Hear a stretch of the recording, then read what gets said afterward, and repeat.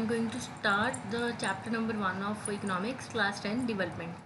देखो बेटा, as always जैसे कि मैं हमेशा कहती हूँ आपको कि पहले कोई भी चैप्टर को मतलब अंडरस्टैंड करना है या अच्छे से समझना है या उसके बारे में आप जानना चाहते हैं तो प्लीज़ उसके टाइटल को समझिए। डेवलपमेंट जो है उसका मतलब होता है ऑलवेज इन प्रोग्रेसिव टर्म, कि आप बढ़ते क्रम में जा रहे हो, हमेशा पॉजिटिविटी के थ्रू किसी अच्छी चीज़ को अचीव कर रहे हो या आपकी लाइफ में हर चीज़ बहुत अच्छी चल रही है। That is development. ठीक है, डेवलपमेंट बहुत तरीके की होती है और उसके अलग अलग डिटर्मिनेंट्स होते हैं, उसके अलग अलग फैक्टर्स होते हैं। ठीक है, तो let's discuss the concept of development.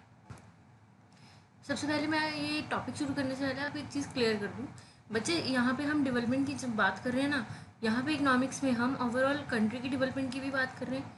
हम कौन से फैक्टर्स हैं कंट्री की डेवलपमेंट में, एक इंडिविजुअल के डेवलपमेंट के लिए ज़रूरी है, एक कम्युनिटी की डेवलपमेंट के लिए ज़रूरी है या किसी सोशल ग्रुप के डेवलपमेंट के लिए ज़रूरी है। तो इसमें हमने माइक्रो और मैक्रो इकोनॉमिक्स का कंसेप्ट दोनों लेके चलें कि एक इंडिविजुअल की प्रॉब्लम को भी हम देख रहे हैं और कंट्री की इकोनॉमी की प्रॉब्लम को भी साथ लेके हम चल रहे हैं।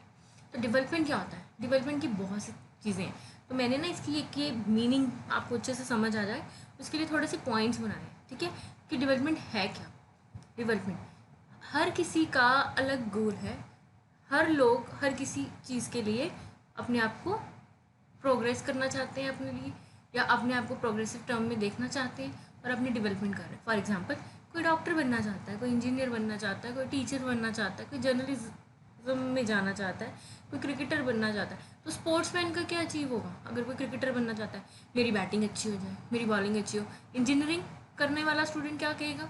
मेरे केमिस्ट्री के कंसेप्ट बहुत अच्छे हों, मेरी फिजिक्स की बहुत अच्छी हो, मेरी मैथमेटिक्स बहुत अच्छी हो, और जिस फील्ड में मैं इंजीनियरिंग करूँ उस चीज़ के लिए मैं हमेशा एक इनोवेटिव आइडिया लेके चलूँ और मुझे इस चीज़ की नॉलेज होनी चाहिए। डॉक्टर वो जिस चीज़ का बनना चाहता है, अगर वो न्यूरो सर्जन बनना चाहता है तो ऑब्वियसली वो चाहता है कि उसकी स्किल्स अच्छी हों, वो एक बहुत बड़ा न्यूरो सर्जन बने। तो क्या है, डिफरेंट गोल्स हैं हर किसी के ज़िंदगी में। कोई कुछ करना चाहता है अपनी लाइफ में, कोई कुछ करना चाहता है। डेवलपमेंट एक कॉन्टीन्यूस प्रोसेस है बच्चे। डेवलपमेंट एक ऐसा कंसेप्ट है जिसको हम कहते हैं ये कॉन्टीन्यूस प्रोसेस है जो पूरी ज़िंदगी चलता रहता है। एक बच्चा अपनी माँ के पेट से लेके और अपने मरने तक एक इंसान कुछ ना कुछ सीखता रहता है। ठीक है, जैसे आप छोटे थे, ठीक है, आपने बोलना सीखा, चलना सीखा, बैठना सीखा, फिर आपने गुड मैनर सीखे, गुड हैबिट सीखे, विश करना सीखा, अपने आसपास के लोगों को उनके रिलेशन के हिसाब से आइडेंटिफाई करना सीखा। ठीक है, उसके बाद आपने पढ़ना सीखा, लिखना सीखा, रीडिंग करना सीखा। ठीक है, और किसी चीज़ को समझना सीखा। ठीक है, और अभी भी वो क्या है, हम सारी उम्र कुछ ना कुछ सीखते ही रहते हैं। तो क्या होता है, उस चीज़ को जो भी हम चीज़ें सीखते हैं तो उसकी वजह से जो हमारे बिहेवियर में मॉडिफिकेशन होती है उसको क्या कहते हैं हम? डेवलपमेंट। समझ रहे हो? आप फर्स्ट क्लास में थे, आपको सिर्फ प्लस के सम आते थे, अब आप 9th क्लास में हो गए, अब आप अलजेब्रिक एक्सप्रेशंस भी सॉल्व कर रहे हो, ज्योमेट्री भी सॉल्व कर रहे हो। ठीक है, अरिथमेटिक प्रोग्रेशन के सम सॉल्व कर रहे हो, प्रोबेबिलिटी का कंसेप्ट आपको आता है। तो क्या हुआ, क्लास फर्स्ट से 9th तक पहुँचते पहुँचते आपकी कितनी डेवलपमेंट होगी, आपने कितना कुछ गेन कर लिया। तो डेवलपमेंट क्या है? कॉन्टिन्यूस प्रोसेस है and it brings positive change in life. और डेवलपमेंट क्या है? डेवलपमेंट का मतलब है इक्वेलिटी। जैसे कि हमारे इंडिया में जेंडर डिस्क्रिमिनेशन बहुत है, कास्ट को लेकर डिस्क्रिमिनेशन बहुत है। ठीक है, तो क्या है, अगर कोई भी इंसान को कोई मॉलेस्ट करेगा या कह लो एक्सप्लॉइट करेगा या उसको टॉन्टिंग करेगा उसके कलर को लेके, उसकी कास्ट को लेके या उसके रिलीजन को लेके, तो क्या वो डेवलप कर सकता है? नहीं, क्योंकि वो उसी स्ट्रेस में और डिप्रेशन में रहेगा। अगर और उसको उतनी अपॉर्चुनिटी नहीं मिलेगी अपनी लाइफ में कोई चीज़ को सीखने के लिए, मेंटली भी वो डिस्टर्ब रहेगा और उसके पास अपॉर्चुनिटी भी नहीं होगी। अब जेंडर डिस्क्रिमिनेशन की बात करें, लड़के पढ़ेंगे, लड़कियां नहीं पढ़ेंगी, लड़के ये काम कर सकते हैं, लड़कियां ये काम नहीं कर सकती। तो व्हाट वाज दैट? इक्वालिटी नहीं है, उसकी वजह से क्या होता है, उनकी डेवलपमेंट में प्रॉब्लम आती है। ऐसी फ्रीडम, जब हम प्री इंडिपेंडेंस पीरियड की बात करें, अगर हम गुलाम थे जब अंग्रेज़ों के, क्या हम डेवलप हो रहे थे? नहीं। क्यों? क्योंकि हमारे पास हमें फ्रीडम ही नहीं थी किसी भी चीज़ की, ना पढ़ने की, ना कहीं जाने की, ना कहीं आने की। तो क्या है, इंडिपेंडेंट होना भी बहुत ज़रूरी है। अगर आपको एक कमरे में बंद कर दिया जाए मान लो, और आपको कहा जाए आप अपने आप को डेवलप करो, क्या आप कर सकते हो? क्यों? क्योंकि जब तक आपका इंटरेक्शन नहीं होगा इन्वायरमेंट के साथ, लोगों के साथ, आप अपने आप को एक्सप्लोर नहीं करोगे, इनोवेट नहीं करोगे, खुद की स्किल्स को कुछ सीखोगे नहीं, तब तक क्या आप डेवलप हो सकते हो। तो फ्रीडम होना भी बहुत ज़रूरी है। किसी चीज़ की रिस्ट्रिक्शन के साथ आप कोई भी काम परफेक्टली नहीं कर सकते, 100% नहीं कर सकते। Better standard of living also development. आज आपके पास एक गाड़ी थी, आपने आने वाले पहले आपके पास एक गाड़ी थी और आने वाले अभी जो 3 साल हुए उसमें आपने 2 गाड़ियाँ ले ली, क्या हुआ? आपकी डेवलपमेंट हुई ना। आपके पास अपना घर नहीं था, आपने अपना घर खरीद लिया, क्या है? Development. Better standard of living. आप 20,000 कमा रहे थे, 40 कमाने लग गए, क्या है वो? कि डेवलपमेंट। Getting opportunities. डेवलपमेंट क्या कहता है? आपको अपॉर्चुनिटीज़ भी देता है। कैसे? जैसे कि आपने बीटेक की, आपको अपॉर्चुनिटी मिली एक अच्छी एमएनसी कंपनी में जाके इंजीनियरिंग की जॉब करने की। आपने अपनी एमबीबीएस की, उसके बाद आपको अपॉर्चुनिटी मिल रही है अपनी फील्ड में डॉक्टर बनने की और उस फील्ड में एक्सप्लोर करने की। तो क्या है ये? This is also development. और डेवलपमेंट जो है वो पर्सन टू पर्सन वेरी कर जाती है। जैसे मैंने आपको बताया, हर किसी के लिए डेवलपमेंट का मीनिंग ही अलग है, ठीक है। कोई किसी हिसाब से अपने आप को कहीं देखता है लाइफ में, कोई किसी और हिसाब से देखता है। किसी को लगता है कि मुझे एक बड़ी सिंपल सी लाइफ चाहिए, ठीक है, मेरी गवर्नमेंट जॉब लग जाए और काम खत्म। किसी को लगता है नहीं, मुझे बहुत बड़ा बिजनेस करना है, मुझे कुछ अलग करना है, कुछ इनोवेटिव करना है, क्रिएटिव करना है। तो क्या हुआ? पर्सन टू पर्सन वो चीज़ क्या हुई? वेरी करके। तो दिस इज डेवलपमेंट। इनकम और अदर गोल्स क्या होते हैं बेटा? इनकम से आप समझ जाओ कि अगर इनकम होगी तभी हम अपनी चीज़ों को अचीव कर सकेंगे, क्योंकि पैसे के बिना तो कोई भी चीज़ करना मुश्किल नहीं है। देखो, पढ़ाई भी पैसे से ही कर सकते हो, ठीक है ना। और अपने खाने पीने के लिए भी आपको पैसा चाहिए, ठीक है, अपने रहने के लिए भी आपको पैसा चाहिए, सर्वाइवल के लिए आपको इनकम तो होनी चाहिए ना। तो देखो, अदर गोल्स में क्या होता है? एक होते हैं मटीरियल गोल्स, एक होते हैं non material goals. Material goals क्या होते हैं? जैसे मैंने अभी आपको बताया, मेरे पास अच्छा सा पैसा हो, मेरा घर हो, मेरे पास गाड़ी हो, ठीक है, मेरी एक अच्छी सी मतलब कह लो कि अच्छी खासी साउंड एसेट्स हों, ठीक है, मेरे पास प्रॉपर्टी अच्छी हो। तो ये क्या हो गया आपके मटीरियल गोल्स। मेरे पास लेटेस्ट फ़ोन हो, लेटेस्ट लैपटॉप हो, मेरे पास हर चीज़ अच्छी हो। This is your material goals. मतलब किसी चीज़ को लेके आप सपना नहीं करो कि मुझे 1 लाख वाला फ़ोन खरीदना है, मुझे ये घर खरीदना है अपने लिए, ये गाड़ी बहुत अच्छी है, मैंने इतना मेहनत करना है, इतना अर्न करना है कि मैं ये टॉप मॉडल गाड़ी ले सकूँ। What is that? That is your material goal. Non material goals क्या होते हैं? नॉन मटीरियल गोल्स इक्वालिटी, ठीक है।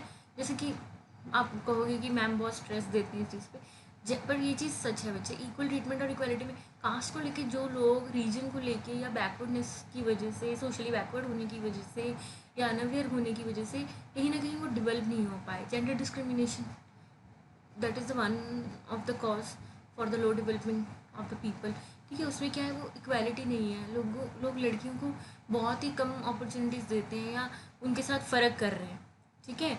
तो इक्वल ट्रीटमेंट क्या है आपके नॉन मटीरियल गोल्स कि किसी के बीच में भेदभाव नहीं होना चाहिए किसी भी ग्राउंड पे, ठीक है।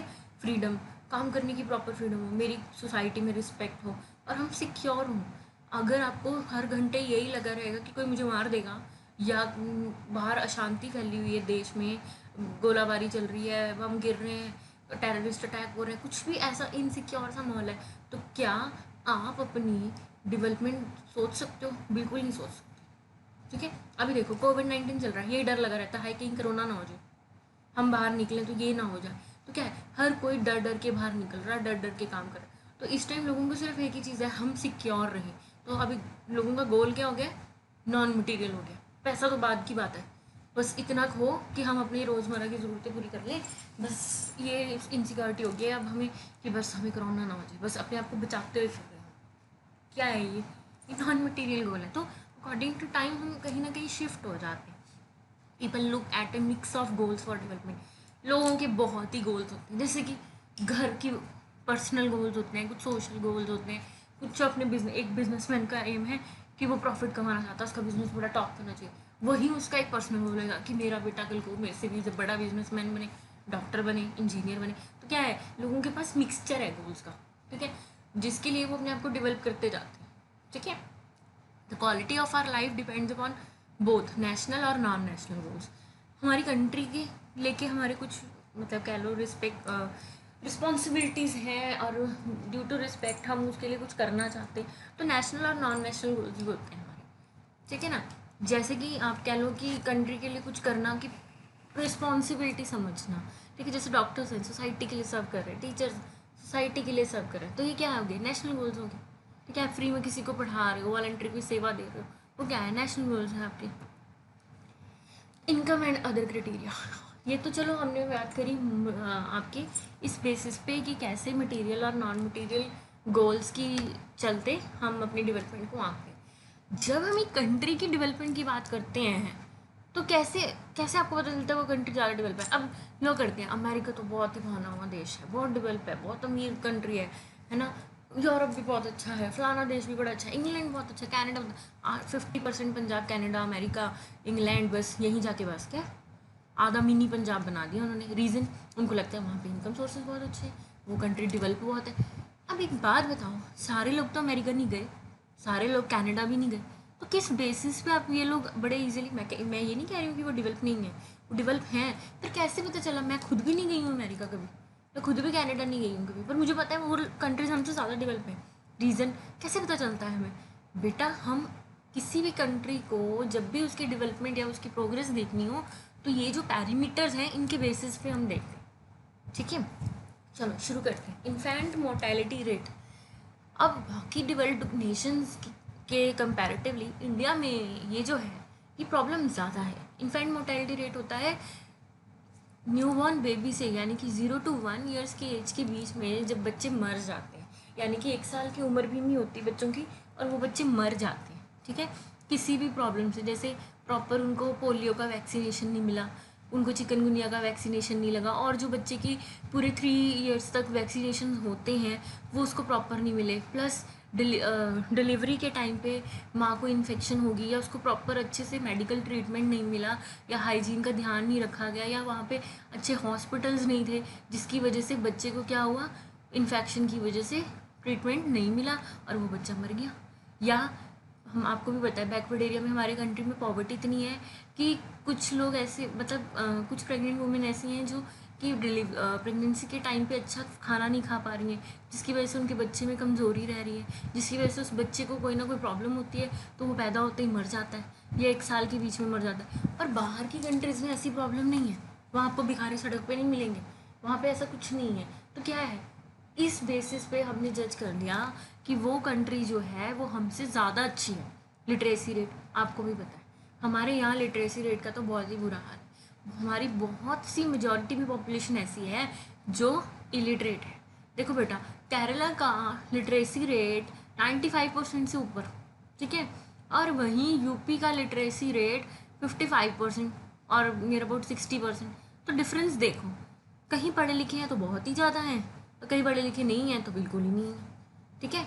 और वहाँ पे अमेरिका में हर इंसान पढ़ा लिखा है, भिखारी भी आपको इंग्लिश बोलता हुआ नजर आएगा, चलो वो तो उनकी मदर टंग है, बट स्टिल वहाँ पे लोग पढ़े लिखे हैं, एटलीस्ट स्कूल तो गए होंगे 5वीं 10वीं तक। हमारे इंडिया में तो लोग ऐसे हैं कि हमारी पॉपुलेशन विलेज कुछ बैकवर्ड विलेजेस ऐसे हैं जहाँ पे हमारी पॉपुलेशन ऐसी है जो अंगूठा लगाती है।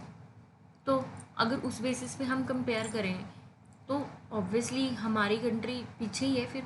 और दूसरी बात, पढ़े लिखे नहीं है इसीलिए तो गरीब है, क्योंकि पढ़े लिखे होते तो काम मिलता, काम करते, कोई किसी काम की समझ होती करने की, काम करते तो भूखे नहीं मरते, इनकम कर सोर्स होता। इसी वजह से लिटरेसी रेट अच्छा नहीं होने की वजह से हमारी इकोनॉमी जो है वो इकोनॉमिकली लोगों को पीछे भी कर रही है और ओवरऑल इकोनॉमी पे बर्डन पड़ जाता है, क्योंकि वो लोग पॉवर्टी लाइन के अंदर चले जाते हैं। Net attendance ratio, net attendance ratio बेटा ये होती है कि कितने बच्चे पढ़ रहे हैं, ठीक है, स्कूल्स में, ठीक है। तो हमारे यहाँ पे तो ड्रॉप आउट्स ही बहुत हैं, labour class, specially labour class के बच्चे जो हैं लोग उनको पढ़ने ही नहीं भेजते। रीज़न, नहीं ये नहीं पढ़ेगा, अगर ये पढ़ेगा तो काम कौन करेगा। और क्योंकि उनका एक ही कंसेप्ट है, वो अपने बच्चों को दिहाड़ी पे लगा देते हैं कि भाई तू शाम को अपने खाने का इंतजाम खुद करके आइयो, क्योंकि वो लोग वही हैं ही इतने गरीब, अपने बच्चों को खाना खिला ही नहीं सकते, इसीलिए तो वो उनको स्कूल नहीं भेजते। तो ड्रॉप आउट रेशोज़ बहुत है। दूसरा, कुछ इंफ्रास्ट्रक्चरल प्रॉब्लम्स भी हैं। अब जैसे गांव है, गांव में बेचारा प्राइमरी तक स्कूल था, उसके बाद 10-15 किलोमीटर के एरिया में आगे का स्कूल ही नहीं है, तो पेरेंट्स कहते हैं लो अब हमारा बच्चा 5वीं पढ़ गया, अब इससे ज़्यादा हमने नहीं पढ़ाना, तो उसको निकाल लेते हैं स्कूल से। हेल्थ हेल्थ इश्यूज़ बहुत हैं। दूसरा, हेल्थ फैसिलिटीज़ अच्छी नहीं है, डिस्पेंसरीज नहीं है, हॉस्पिटल्स नहीं है अच्छे। गांव में तो बिल्कुल ही बहुत बुरा हाल है। वहाँ पे कुल मिला के एक डिस्पेंसरी छोटी सी होगी, वहाँ पे कोई एक ही डॉक्टर होगा, और बेचारा एक डॉक्टर कितने लोगों को देखेगा। ठीक है। दूसरी बात, इसको दूसरे कंसेप्ट से आप ऐसे ले सकते हैं कि हेल्थ फैसिलिटीज़ जो हैं वो हमारे इंडिया में इतनी अच्छी नहीं है। ठीक है, टॉप मोस्ट नहीं है, और बाहर के देशों में बहुत हाई टेक्निक्स हैं। ठीक है, इस वजह से भी हम उनसे थोड़ा सा पीछे हैं। और दूसरी चीज़, एक पर्सन अगर हेल्दी नहीं होगा तो वह एजुकेटेड भी नहीं हो सकता, क्योंकि अगर उसकी मेंटल या फिजिकल हेल्थ ठीक नहीं है तो वो पढ़ ही नहीं पाएगा। अगर वो पढ़ नहीं पाएगा तो वो डेवलप भी नहीं हो पाएगा। ठीक है। एजुकेशन आप समझते हो क्या कितना बड़ा रोल प्ले कर रहा है। हम पढ़ेंगे लिखेंगे तभी जॉब कर पाएंगे, तभी हमारी इनकम होगी, तभी हमारा स्टैंडर्ड ऑफ लिविंग अच्छा होगा, तभी हम सोसाइटी में रिस्पेक्ट अर्न कर सकते हैं। ठीक है। नेक्स्ट, वाटर, सैनिटेशन, ट्रांसपोर्ट, ये सारी फैसिलिटीज़ पे हम क्या कर रहे हैं, वर्कआउट करते हैं। अब जैसे water, sanitation and transport facility, sanitation facility की बात करो, बाहर देखो, आप कभी जाओ वहाँ के पब्लिक टॉयलेट्स देखना, अब्रॉड में अमेरिका जैसी कंट्रीज़ के पब्लिक टॉयलेट्स देखना, वहाँ पे हैंड वॉश रखा होता है, प्रॉपर टॉवल होगा, ठीक है, टिश्यू होगा, और सब कुछ बहुत अच्छे से होगा। और हमारे यहाँ पे कोई साबुन की टिकिया रख देगा, लोग वो भी चोरी करके ले जाते हैं पब्लिक टॉयलेट से। डिटोल हैंड वॉश रखा तो डिटोल की बोतल ही गायब हो जाएगी। इसीलिए इतने गंदे होते हैं हमारे पब्लिक टॉयलेट्स कि लोग डरते हैं वहाँ जाने से। आपने ये चीज़ आप खुद समझ लो, लोग ट्रेन में सफ़र करते हैं, वहाँ की चादरें चोरी कर लेते हैं जो उनको मिलती हैं रात को। ठीक है, एसी में अगर वो सफ़र करें। हमारे इंडिया में लोगों की मेंटालिटी बड़ी अजीब सी है। ठीक है, वहाँ पे ऐसे कोई किसी की चीज़ उठा के नहीं लेके जाएगा। ठीक है ना, वहाँ पे लोग क्या करते हैं, वहाँ पे लोग बड़े तरीके से चलते हैं। हमारे इंडिया में क्या है, पॉवर्टी ज़्यादा है, जिसकी वजह से लोग जो है ना अपनी नीड्स पूरी करने के लिए गलत तरीके आजमाते हैं। ठीक है। बॉडी मास इंडेक्स होता है बेटा, जिसमें हम हाइट से कंपेयर करते हैं वेट को। ठीक है, और जिसमें हमें ये पता चलता है कि मतलब वेट, हाइट के अकॉर्डिंगली कितना वेट होना चाहिए, या वेट के अकॉर्डिंगली किस बच्चे की कितनी हाइट होनी चाहिए। ठीक है, और उम्र के हिसाब से कितना आइडल वेट है और कितनी आइडल हाइट है। तो बॉडी मास इंडेक्स, हमारे यहाँ बच्चे माल न्यूट्रिशन से ही बड़े परेशान हैं। ठीक है, क्यों? क्योंकि पॉवर्टी की वजह से उनको बैलेंस डाइट नहीं मिलती, पैदा होते बीमार रहते हैं, वैक्सीनेशन प्रॉपर नहीं होता, माल न्यूट्रिशन होता है, एनीमिक प्रॉब्लम्स हो जाती हैं, जिसकी वजह से उनका body mass index decline rate पे चला जाता है।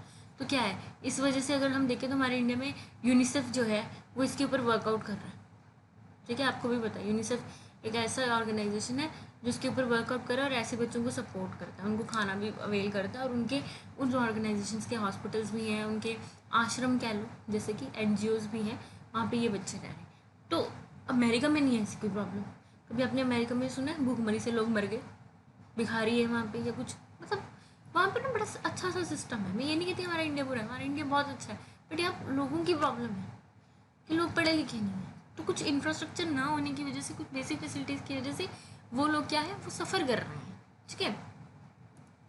ह्यूमन डेवलपमेंट, HDI मतलब ह्यूमन डेवलपमेंट इंडेक्स, एक पर्सन का डेवलपमेंट इंडेक्स, यानी कि जैसे कि पर्सन कैसे डेवलपमेंट की ओर जा रहा है, वो कितना डेवलप है, हम किस पर्सपेक्टिव पे उसको जज करते हैं। ठीक है, किस बेसिस पे हमें पता चलता है, उसके एजुकेशनल लेवल की वजह से, उसका हेल्थ स्टेटस की वजह से, उसकी पर कैपिटा इनकम की वजह से, उसकी लाइफ एक्सपेक्टेंसी की वजह से, और ग्रॉस एनरोलमेंट रेशियो की वजह से। लाइफ एक्सपेक्टेंसी जैसे कि कितना वो जी सकता है, ठीक है, कितना जीता है, तो वो ह्यूमन डेवलपमेंट इंडेक्स है। जैसे कि पहले लोग बड़ी जल्दी, मलेरिया के इलाज नहीं था, ठीक है, और बहुत सी ऐसी प्रॉब्लम्स थी, कॉलरा, डायरिया, इनका कोई इलाज नहीं था, तो क्या प्रॉब्लम आती थी, लोग मर जाते थे। अब क्या है, लाइफ एक्सपेक्टेंसी रेशियो हमारी इंक्रीज़ होके 50 से 65 ईयर्स हो चुकी है। ठीक है, और 70 भी लोग जीतते ही हैं। ठीक है, बहुत सी कैंसर जैसी प्रॉब्लम से भी हमने बहुत, मतलब कह लो कि मेडिसिन बना चुके हैं, और बहुत ज़्यादा हम डेवलप हो चुके हैं। तो दीज आर द पैरामीटर्स जिनके बेसिस पे हम किसी भी ह्यूमन का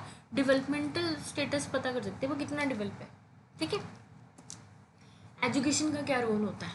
अब रोल क्या है एजुकेशन का ओवरऑल डेवलपमेंट में कंट्री की, चाहे एक इंडिविजुअल के पॉइंट ऑफ व्यू से बोलो, एक कम्युनिटी के पॉइंट ऑफ व्यू से बोलो, या ओवरऑल डेवलपमेंट क्या करती है ये कंट्री में। देखो, इरेडिकेट सोशल इविल्स कैसे, जैसे ये सती प्रथा, एजुकेशन ही है जो ऐसी दक्यानुसी बातों को और ये फालतू के जो लोगों ने ट्रेडिशंस बनाए हैं उसको ख़त्म कर रही है, डॉरी सिस्टम। ठीक है, और उसके बाद ये चाहे विडो के साथ जो भी गंदा सा बिहेव करना, उसको कमरे में बंद कर देते हैं, उसको खाना नहीं देना, ये आजकल के लोग नहीं मानते हैं, वो सब पुरानी बातें हो गई हैं। तो क्यों? क्योंकि वो एजुकेटेड हो गए, ओपन माइंडेड हो गए। जेंडर डिस्क्रिमिनेशन जैसी प्रॉब्लम्स, ठीक है, कास्ट को लेके फ़र्क, रिलीजन को लेके फ़र्क। आजकल लोग जो पढ़े लिखे हैं वो इन चीज़ों में मानते ही नहीं हैं, उनको कोई फ़र्क नहीं पड़ता जो मेरे साथ बैठा है वो कौन सी कास्ट से है, कौन सी रिलीजन से, वो लड़का है या लड़की है, ठीक है, सब मिलके काम करते हैं, ठीक है। और कहीं ना कहीं एजुकेशन जो है वो इकोनॉमिक और सोशल प्रॉब्लम्स का सबसे बेस्ट सॉल्यूशन है, और ये हमारी क्वालिटी जो है लाइफ की, क्वालिटी ऑफ लाइफ है, उसको भी इम्प्रूव कर रहा है। हम पॉजिटिव वे में जा रहे हैं, डेवलप हो रहे हैं। और एजुकेशन जो है वो पर कैपिटा इनकम में बहुत बड़ा रोल प्ले करता है। कैसे? लोग एजुकेटेड होंगे तो क्या होगा, एम्प्लॉयमेंट अपॉर्चुनिटीज़ मिलेंगी उनको, अच्छा कमाएंगे तो हाई पर कैपिटा इनकम को अचीव करेंगे, अपना स्टैंडर्ड ऑफ लिविंग इम्प्रूव करेंगे, प्लस नेशनल इनकम में भी कंट्रीब्यूट करेंगे। कैसे? अपनी सैलरी का पार्ट टैक्सेस में पे करके। तो क्या होगा उससे, ओवरऑल कंट्री की और इकोनॉमिक सिचुएशंस की जो प्रॉब्लम्स हैं या इकोनॉमिकल डेवलपमेंट है उसमें चेंजेस आएंगे, उसमें इम्प्रूवमेंट होगा, ठीक है। सस्टेनेबिलिटी ऑफ डेवलपमेंट क्या होता है? ये सस्टेनेबल डेवलपमेंट जो आप पढ़ चुके हो उसी से है। सस्टेनेबिलिटी ऑफ डेवलपमेंट होता है मतलब इस तरीके से डेवलपमेंट करो कि अपने इन्वायरमेंट को भी ख़राब ना करो, फ्यूचर जनरेशन के लिए भी अपने रिसोर्सेज को सेव करो, और प्रेजेंट जनरेशन की नीड से भी कॉम्प्रोमाइज़ नहीं करो, ठीक है। जनरली क्या है, देखो बेटा, अर्थ में ना हमारी जो धरती है उस पर इतने रिसोर्सेज हैं कि वो ह्यूमन की नीड्स को तो पूरी कर सकता है, पर ह्यूमन की जो ग्रीडीनेस है ना, लालचीपन है, उसको नहीं हम पूरी करने के लिए भगवान ने बनाया। देखो, एक बंदा सोचता है बस सब कुछ मुझे ही मिल जाए, हर किसी को अपना ही पड़ी रहती है, कोई किसी की दूसरे की नहीं सुनता। अब देखो, जो लोग मज़े से, जहाँ पे कोई प्रॉब्लम नहीं है, अच्छे टाउन सिटीज़ में रह रहे हैं, वेल फर्निश्ड घरों में जा रहे हैं, जिनको पानी की कोई प्रॉब्लम नहीं, कोई कुछ नहीं, ठीक है, उनके लिए तो पानी क्या है, नल का खुला और पानी आ गया, ठीक है, फ़ोन करो घर में सामान आ गया। प्रॉब्लम किन की है? प्रॉब्लम उन लोगों की है, जैसे राजस्थान जैसे एरियाज है, डेजर्ट एरिया, वहाँ पे लोगों को पानी नहीं मिलता, पानी लेने के लिए उनको 10-10, 12-12 किलोमीटर चल के जाना पड़ता है, ठीक है। तो ये नहीं कि तुम्हारा अपना सर गया तो बहुत बढ़िया बात है, तुम डेवलप हो गए, नहीं, ऐसी कोई डेवलपमेंट नहीं होती। डेवलपमेंट का जो कंसेप्ट होना चाहिए वो सस्टेनेबिलिटी वाला होना चाहिए, कि इस तरीके से हम रिसोर्स को यूज़ करें जिससे हमारे इन्वायरमेंट को भी कोई प्रॉब्लम ना हो, और हमारी फ्यूचर जनरेशन को भी रिसोर्सेज मिले, और प्रेजेंट जनरेशन भी अपनी नीड्स के साथ कॉम्प्रोमाइज़ ना करे, ठीक है। ये होता है सस्टेनेबल डेवलपमेंट का concept. Renewable resources which get replenished by nature. Non renewable कौन से होते हैं? जो ख़त्म नहीं होंगे, ठीक है, जिनको हम रिन्यू कर सकते हैं। Non renewable which can not be replenished by nature, मतलब जो नेचर क्रिएट नहीं करेगी। रिन्यूएबल रिसोर्सेज जो हम क्रिएट कर सकते हैं। अब मेरी बात सुनो बेटा, देखो, सस्टेनेबिलिटी ऑफ डेवलपमेंट में, और जो मैंने अभी आपको एक स्टेटमेंट बताई, जनरली आपको क्वेश्चन भी आता है, the earth has enough resources to satisfy the need of human but not the greed of human being. अब उसमें क्या है, देखो, कहीं ना कहीं बच्चे लोगों ने कमर्शियल पर्पज़ के लिए एनिमल्स का यूज़ करना शुरू किया, हंटिंग शुरू कर दी उनकी, ठीक है, पैसा कमाने के नए नए साधन जुटा लिए, ठीक है, फिर फॉरेस्ट एरियाज क्लीन कर दिए, अपनी इंडस्ट्रीज सेटअप कर दी, केमिकल इंडस्ट्रीज रेजिडेंशियल एरियाज में खोल रही हैं, वाटर पोल्यूशन फैला रहे हैं, एयर पोल्यूशन फैला रहे हैं, बस अपना भला हो रहा है, इंडस्ट्री खोल ली, पैसा आ रहा है, बस ठीक है, हमारा काम चल रहा है, हम करोड़पति बन रहे हैं, बाढ़ में की दुनिया मरती है, मरी जाए केमिकल से, ठीक है। अभी वो जो आपने भी देखा होगा, अभी एक साउथ में, आई फॉरगेट द स्टेट, अभी एक स्टेट का आया था कि वहाँ पे ना एक फैक्ट्री थी, केमिकल फैक्ट्री, वहाँ पे गैस लीक होगी और उससे लोग मरने शुरू हो गए। अभी ये कोविड-19 में होता। अब ये क्या बेवकूफ़ी है? देखो, पहली बात तो तुमने केमिकल इंडस्ट्री सेटअप क्यों की है वहाँ रेजिडेंशियल एरिया में? मतलब अपना भला हो जाए, लोग मर गए, अब इंडस्ट्री वाले को क्या हुआ? कोई फ़ायदा हुआ उसको कोई फ़र्क पड़ा नहीं, ना उसका फ़ायदा हो रहा है, उसका नुकसान हुआ। क्यों? जिसने मरना था वो तो मर गया ना, वो तो उस फैमिली को प्रॉब्लम हुई ना, जिनके मरे, उसको तो कोई प्रॉब्लम नहीं ना हुई, उसकी तो फैक्ट्री वैसे की वैसी खड़ी है, लॉकडाउन खुल गया, उसकी फैक्ट्री भी चल पड़ेगी, उसका पैसा भी आएगा, उसको इनकम भी हो जाएगी। तो ऐसी डेवलपमेंट का कोई मतलब नहीं है, ठीक है। इंसान लालची होता जा रहा है, तो वो उसके लालच को शांत करने के लिए ना, अर्थ के पास रिसोर्सेज नहीं है, हाँ, उसकी नीड को शांत करने के लिए अर्थ के पास बहुत रिसोर्सेज है। हमारी अर्थ बहुत रिच है रिसोर्सेज में, तभी हमारे सोलर सिस्टम में अर्थ ही एक ऐसा प्लानट है जहाँ पे लाइफ पॉसिबल है, क्योंकि यहाँ पानी भी है और नेचुरल रिसोर्सेज भी है। I hope you like this video, और आपको सब कुछ समझ आ गया होगा। अगर कोई ऐसा टॉपिक है बच्चे जो आपको नहीं समझ में आ रहा है, अगर आपको कोई भी क्वेरी है, so you can ask me in the comment section box. Please write your question over there, I will definitely reply you. And please like, share and comment like, share, comment, as well as subscribe my channel. If you subscribe it, please press the bell icon. Okay, you will automatically get the notification of the next video. Thank you very much for your cooperation. Stay safe and stay at home. Be alert and save your life. Thank you so much and have a very nice day.